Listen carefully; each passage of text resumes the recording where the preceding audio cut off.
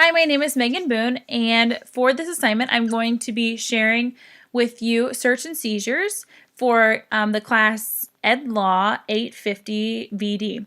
And the reason that I am sharing this with you, you will notice a little different than Screen-O-Matic, is I'm sharing it with you via Keynote. I am on a school-issued laptop that does not allow the downloading of outside applications. And so the first thing I'm going to share with you is the definition of search and seizure. And by the U.S. Constitution in the Fourth Amendment, this provides protection for all citizens against unreasonable search and seizures, meaning that school districts and administrators, along with SROs, have probable cause in order to search anything that needs to be searched due to basically logical circumstances. Reasonable suspicion is that school officials and teachers need only a reasonable suspicion to initiate a search. So if a student, if they have heard rumors or a student has come to them saying that they have seen, heard of something that has happened, that is based on information that is considered reliable, or it can be heard from another teacher. And this picture, it just shows kind of an ironic little political cartoon of the Fourth Amendment privacy rights. Schools and searches. So school personnel have reasonable grounds to believe a search of a particular student is necessary to provide proof that that a student has violated a particular policy, rule, or law. And the reason that I chose to talk about schools and searches is because this policy, rules, and laws have hit home this week in my actual school district. And so with that, I'm going to talk to you about the individualization. All searches should be individualized, meaning it's illegal for a teacher to want to search everyone's desk for a missing item. And so say that something is stolen off my desk and I want every student to dig everything out of their desks and show me that they did not take anything. I cannot do that. However, if I hear little Johnny talking about how Sally, he saw Sally take something off my desk, then I can go ask Sally because I have probable cause. This week, that is something that has happened in my school district on 2 different occasions. And even though these two weren't my students, there was rumor that went around that one had alcohol and then one had cigarettes. And so our administration and SRO had probable cause to search that student's backpack, purse, personal item at that point in time. So one of the things that I'm going to talk to you about is when the searching of student desks. School property with schools have probable cause. So a student desk is on loan from that school district. So if there's reliable information that leads a teacher or administrator to believe that the rules have been broken, the school administrators have a right to search that because their job is to keep other students healthy and safe and not threatened by other students. However, one catch to all this is a hunch is not a probable cause. It has to be credible information. Once again, a locker is also school property. So school lockers are on loan from the school, meaning students that have information in their locker that can be pertinent to a search and seizure is suspicion, and the school just has to be able to justify that with a reasonable logic. And so students' lockers, a search is necessary if at least one school official something has been brought to their attention. So one school official has to be present. Usually they ask the student to open the locker unless it's an emergency, something as a bomb threat where they have to bring in canines or something that you see in this picture that's present. Book bags. So relating back to what I was talking about just a few slides earlier with the students that were in our class, or in our schools, is one student, a teacher actually smelled alcohol on that student. And so that's obviously right there probable cause to search their things to see if they brought an alcohol to school. And so bags, when you search bags, it intensifies due to its personal property. It's someone else's property. It's not on loan from the school like a desk or like a locker. And so it likely requires stronger evidence. So what I was stating with the student that smelled of alcohol, that right there is a very strong suspicion to go and search their personal property for the traces of alcohol.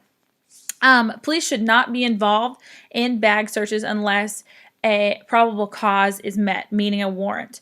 However, if you're in a school setting and the school district has an SRO that is available this week, our administrators went and got our SRO. The SRO searched the bag. That is our policies at our school district for what they are supposed to be doing. I feel that my school district has a lot of weaknesses where they can grow. However, one that I feel that they do very well is something with search and seizure, just to make sure to kind of hear all rumors out, check them out thoroughly, and make sure that all students are healthy and safe. And so the next one that brings to automobiles, teaching in a small rural school in Kansas. This is something that I would say happens more often due to weapons. And so students and parents should be informed by the school or district policy that there's reasonable logic, basically, that they can search that student's vehicle. If a student's car is not searched on school grounds, and they find something that is illegal, then it also becomes illegal and would be admissible in court. Many of the things that I was talking about with the weapons, the common example is during hunting seasons, students will have a gun because we live very close to a wildlife area. And so students will have a gun or something. If it's left in plain sight, that is probable cause. If somebody is walking by it and sees a gun in somebody's truck, that's probable cause. Personal searches are strongly discouraged, and this has been kind of heavy in the news here lately with individual states practicing the prohibiting of personal searches, because each state kind of chooses if they allow or don't allow. And so this is an intrusive nature, and it should be avoided unless there's extreme circumstances, such as a student's hiding a knife in their pocket, or if they have that in their shoe or something like that. It should definitely be a last resort. However, if there needs to be a personal search, the student should be searched with someone of the same gender or sex, and with an eyewitnesses involved. So another administrator making sure that they're watching, but also in a private setting, because this can be kind of very harmful to a student's internally emotions if they are found guilty in front of people. You don't want to humiliate them based on what's already happening to them.